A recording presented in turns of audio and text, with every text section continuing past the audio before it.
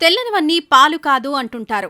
అది నిజమనిపించేలా వ్యవహరిస్తున్నారు కొందరు పాల వ్యాపారులు, డైరీ ఫామ్ యజమానులు.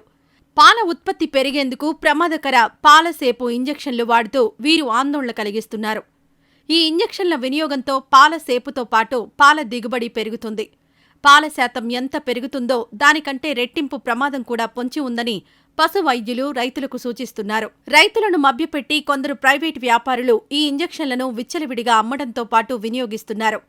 ఆక్సిటోసిన్ అనే ఉత్ప్రేరక ఇంజెక్షన్ను వాడడం వల్ల పశువుతో పాటు పాలు తాగే వారికి కూడా ప్రమాదమని వైద్యులు హెచ్చరిస్తున్నారు. పాలు కల్తీ చేస్తే కఠిన చర్యలు తీసుకోవాలని రాష్ట్ర ప్రభుత్వం ఇప్పటికే పశుసంవర్ధక శాఖ అధికారులతో పాటు ఆహార తనిఖీ అధికారులకు స్పష్టమైన ఆదేశాలిచ్చింది.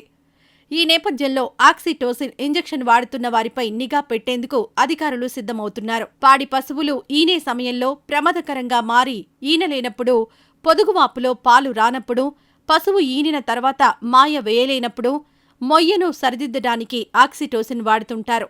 ఈ ఆక్సిటోసిన్ అనే హార్మోన్ను 1953లో కృత్రిమంగా తయారు చేసి వాడేవారు.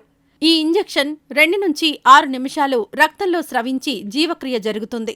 తద్వారా పాలు సేపునకు రావడంతో పాటు ఎక్కువగా పాలు స్రవిస్తాయి. ఆక్సిటోసిన్ వాడడం వల్ల లాభాల కంటే నష్టాలే ఎక్కువ.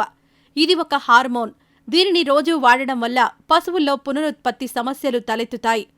పశువు ఎదకు వచ్చినా చూలు నిలబడకపోవడం, తిరిగి ఎక్కువసార్లు పొర్లడం, గర్భస్రావం జరగడం వంటివి ఎదురవుతాయి.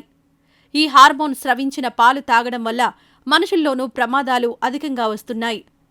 ముఖ్యంగా పిల్లల్లో వినికిడి, దృష్టి లోపాలు వస్తుంటాయి.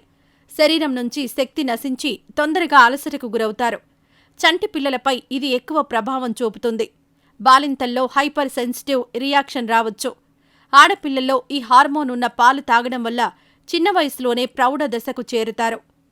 ఈ ఇంజెక్షన్ను 1960లో prevention of cruelty to animals చట్టం 1960 కింద ప్రభుత్వం నిలిపివేసింది. అయినప్పటికీ కొందరు వ్యాపారులు వీటిని వాడుతున్నారు. అంతేకాదు రైతులకు సరఫరా కూడా చేస్తున్నారు. పశువులకు మేపులో పౌష్టిక దాణాలు, ఖనిజ లవణాలున్న మేతను అందించడం ద్వారా పాల ఉత్పత్తి పెంచుకోవచ్చు. దీనివల్ల పశువులు కూడా ఆరోగ్యంగా ఉంటాయి. రోగాలు దరిచేరవు. అజొల్లా వంటి ఆరోగ్యకరమైన మేతలు ఇప్పుడు అందుబాటులోకొచ్చాయి. వాటిని రైతులే స్వయంగా తయారు చేసుకోవచ్చు. ఖర్చు తగ్గడంతో పాటు ఆదాయం పెరుగుతుంది. పశువుల ఆరోగ్యము మెరుగుపడుతుంది. అనేక ప్రాంతాల్లో దూడల పోషణ, ఆరోగ్యంపై శ్రద్ధ చూపడం లేదు. ఫలితంగా 30% దూడలు చనిపోతున్నాయి. అలాంటి పరిస్థితుల్లో దూడ లేకపోతే పశువు పాలివ్వదు. పశువులకు అలవాటు చేసిన ప్రకారం పాలసేపు అనేది వస్తుంది.